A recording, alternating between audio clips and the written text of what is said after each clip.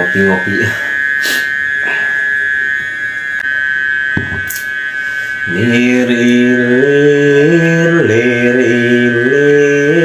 tandure wong sumilir ta ijo royo ta sanggup penganten anyar bocah angon penek no blimbing kuwi lunyu penek no kanggo mbaso dodo tiro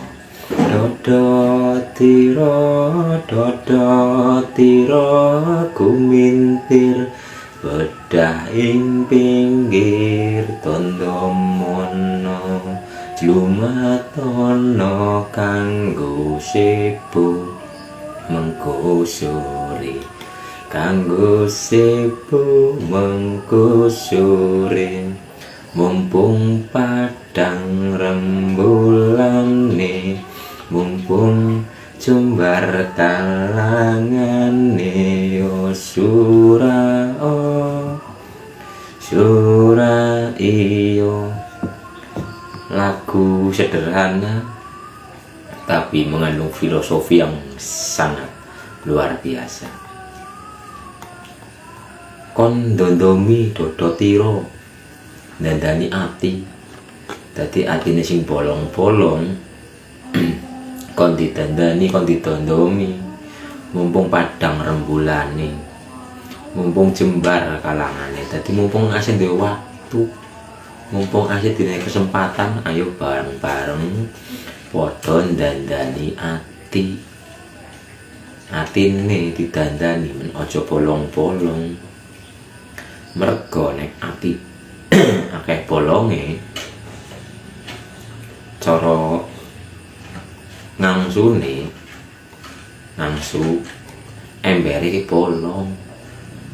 Biarpun kita mengambil air tapi nek embere bolong banyune ya mutah kon ditondomi dadi men banyune mlebu.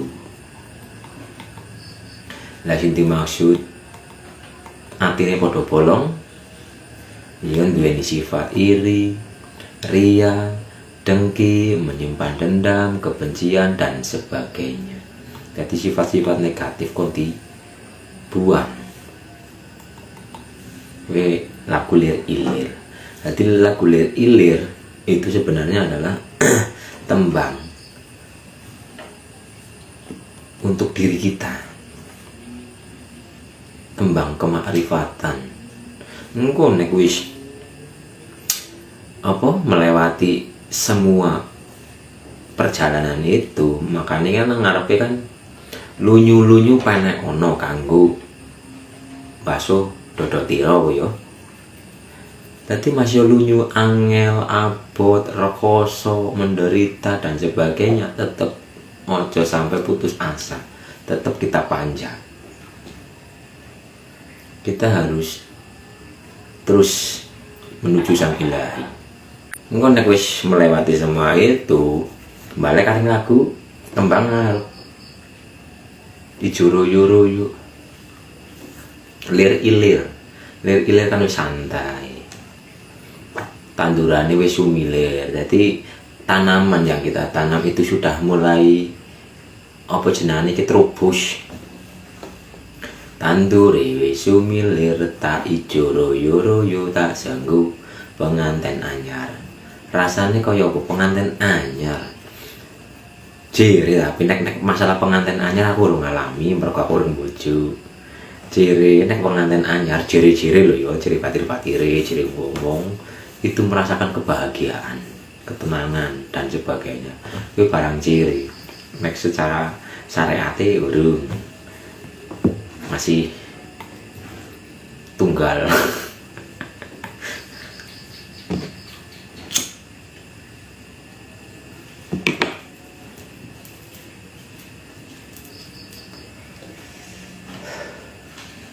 Jadi tembang-tembang Jawa sebenarnya mengandung filosofi yang begitu luar biasa, mengandung makna yang begitu dalam. Ora kurang tembangan toh, semua itu mengandung filosofi. Jadi orang mau tembangan lagu Jawa toh. Jika kita mau mendalami, jika kita mau memahami kata per kata dari semua lagu itu mempunyai dua sudut pandang. Mungkin yang pandangan pertama adalah untuk foto-foto dene menungso kaya bahane apa kae lagune iklim lah, seolah-olah seperti kepada manusia, tapi ternyata itu adalah kepada Sang Maha, kekasih sejati. Cara Jawaan baik tahu krungu di akhir zaman Dajjal akan muncul, dan yang mengalahkan Dajjal itu adalah Isa. Secara sarengan ayatnya seperti itu, hadisnya seperti itu, tapi kita kupas secara hakikat. Yang dimaksud Isa itu siapa, yang dimaksud Dajjal itu yang mana.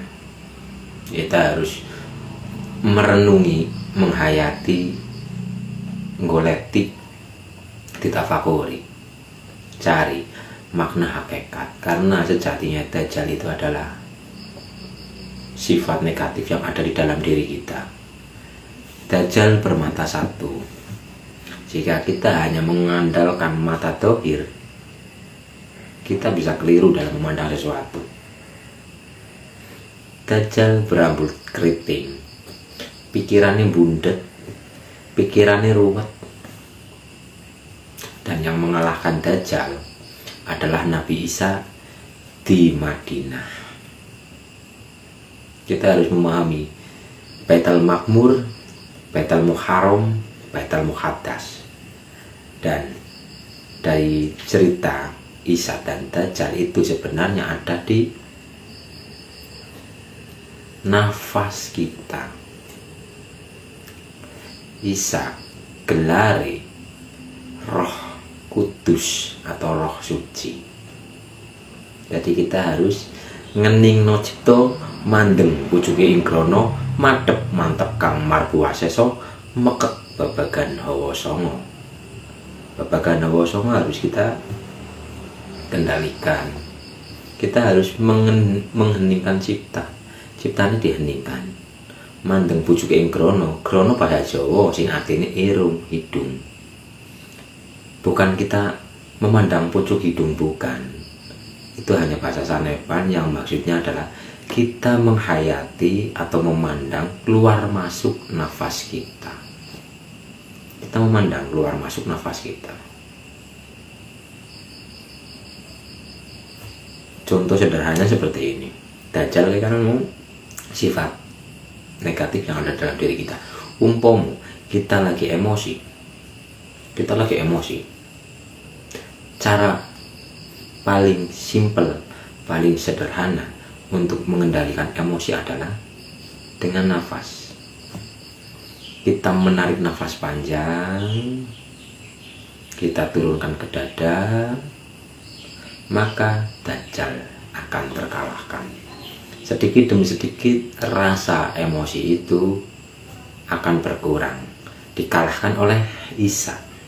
Nafas Isa turun di Madinah, di Mekah. Jadi itu adalah perjalanan nafas kita. Bisa. Semua itu mengandung hakikat. Semua yang bersyariat pasti berhakikat, dan semua yang berhakikat pasti ada syariatnya. Alam semesta, bahkan diri kita itu adalah syariat. Dan kita harus mau menggali atau mengupas syariat-syariat tersebut agar kita masuk ke dalam diri kita, atau kita mengetahui arti hakikat dari syariat tersebut. Latihan karo dikir nafas. Semua perjalanan pasti melewati laku, dan laku tersebut itu tergantung dari sang mursyid. Sang mursyid memerintah kita mungkin bisa dengan puasa, dengan kumkum, dengan zikir wirid, mungkin dengan menghindari makanan-makanan yang bernyawa, mungkin macam-macam lah. Semua itu hanya proses perjalanan. Kita umpama mau ke Jakarta, kita itu harus menggunakan fasilitas yang mungkin terserah Anda mau berangkat ke Jakarta dari Banyumas, berangkat kerja ke Jakarta mau naik bis, boleh naik kereta, boleh naik motor, boleh naik mobil pribadi, dan boleh pakai becak, boleh pakai tosa, bahkan boleh berjalan kaki. Jadi semua perjalanan itu adalah torekot atau laku dalam perjalanan. Jangan saling menyalahkan pejalan satu dengan pejalan yang lain, itu urusan pribadi masing-masing. Tapi intinya satu, adalah Jakarta, kita pergi ke Monas. Seumpama syariat, torekot, hakikat, dan ma'rifat. Syariat itu adalah aturannya, torekot itu adalah perjalanannya, hakikat itu adalah tujuan, yaitu Jakarta. Ma'rifat itu setelah kita sampai di Jakarta, kita sudah mengetahui Jakarta. Setelah ma'rifat masih ada. Setelah kita sudah sampai ke Jakarta, kita sudah melihat Monas, lantas ada proses lagi menuju yang berikutnya. Nah, yang sekarang adalah torekotnya. Torekot itu terserah mursyidnya, biasanya akan diberi arahan-arahan, kamu harus seperti ini, kamu harus begini, dan sebagainya. Semua itu adalah proses perjalanan untuk menuju Jakarta melihat Monas. Jadi jangan saling salah menyalahkan dalam proses pertorekotan atau perjalanan. Dalam perjalanan pun seperti itu, bertingkat-tingkat. Tingkat kesadaran manusia itu bertingkat-tingkat. Ketika kita naik bis, ada yang menghadap ke utara, mungkin ini perjalanan sedang ke timur, tenggara, selatan, barat, ke barat. Perjalanan dari timur ke barat. Dalam perjalanan kita naik bis. Dalam bis ada 5 orang, seumpama ada 5 orang. Dan 5 orang ini dalam perjalanan dari Banyumas ke Jakarta, ceritanya itu berbeda-beda. Mungkin ada yang melihat ke utara lewat jendela, ada yang melihat ke selatan, ada yang kadang melihat keluar dan kadang main HP, ada yang tertidur, ada yang tidur dan ngelilir atau bangun melihat pemandangan. Jadi semua itu adalah pemandangan, dan jangan sampai kita terjebak oleh pemandangan tersebut. Karena pemandangan dalam perjalanan itu menggiurkan atau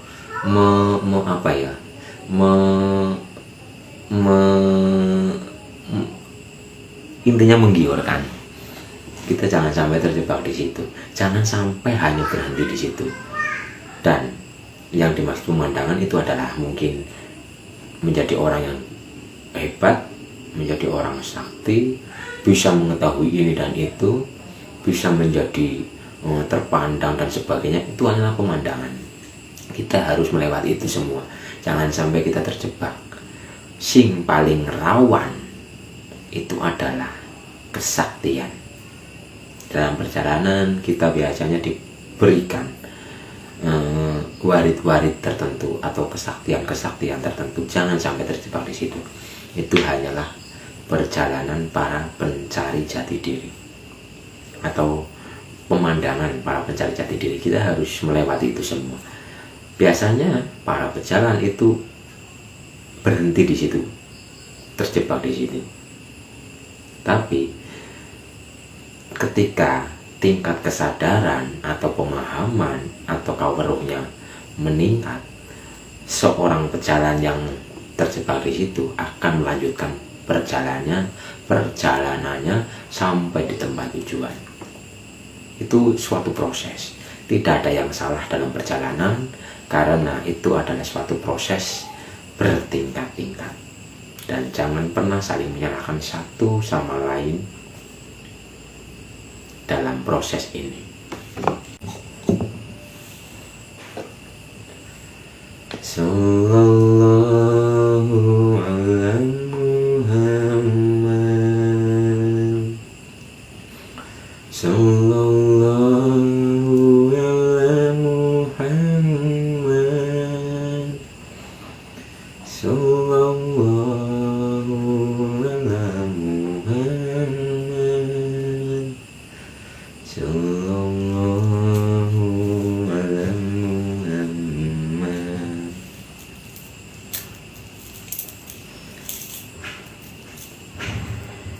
Nek aku mien prosesnya warna-warna, tapi kalau dikir nafas juga, jadi keluar masuk nafas itu keluar Allah, masuk Allah, masuk nafas Allah, masuk keluar Allah, diresapi, dihayati dan dirasakan. Kita mengikuti keluar masuk nafas kita. Ini perjalanan pribadi, pengalaman menggunakan wirid dzikir. Jadi keluar masuk nafas diisi dengan terserah asma-asma Tuhan yang maha suci, terserah mau diisi apa. Tapi biasanya oleh sang mursyid diberi, kamu harus dzikir ini, seperti itu. Intinya adalah kita harus, bahkan mungkin wajib untuk mengenal Tuhan. Karena apa? Awaluddin ma'rifatullah, awal beragama itu adalah kenal dengan Allah. Sebelum kita mengenal dengan Allah, kita harus kenal dengan diri kita. Diri kita itu yang mana? Man arafa nafsahu faqad arafa rabbahu. Barang siapa kenal dirinya, maka dia akan kenal dengan Tuhannya. Kenalilah diri kita. Diri kita itu yang mana? Diri kita seutuhnya. Tangan ini adalah tanganku. Umumnya akan berbicara seperti itu. Korek, korekku. Kaki, kakiku. Blangkon, blangkonku. Apa mana? Bajuku, leherku, telingaku. Lah, kita harus mengenal, atau kita harus, benar, kita harus mengenal tanganku yang kita kenal. Tangan pasti kita kenal. Dari tangan kita baca, maka kita akan mengenal Jadi kita harus mengenal dalam diri. Aku. Lah, aku itu yang mana? Itu loh. Aku itu yang mana? Nama istighfar. Istighfar dununge nang ndi? Apa kaya sak sekolah dununge jeneng kenang dodo? Dununge jeneng istighfar kenang ndi? Dununge jenenge kita itu di mana? Dan kita itu yang mana? Kenalilah diri kita agar kita kenal dengan Tuhan kita. Perjalanan berserah diri. Jika kita sudah kenal dengan diri kita, maka kita akan menyerahkan diri kita. Lah, dewek bae urung kenal dengan diri kita, lantas yang mau diserahkan itu yang mana? Diri yang mana? Karena diri itu sangat-sangat banyak. Dalam diri kita harus mengendalikan diri dan diri yang begitu banyak, sehingga kita bisa mengetahui diri kita yang sejati. Diri kita itu yang mana? Kenalilah diri kita. Hidup itu indah, Lur.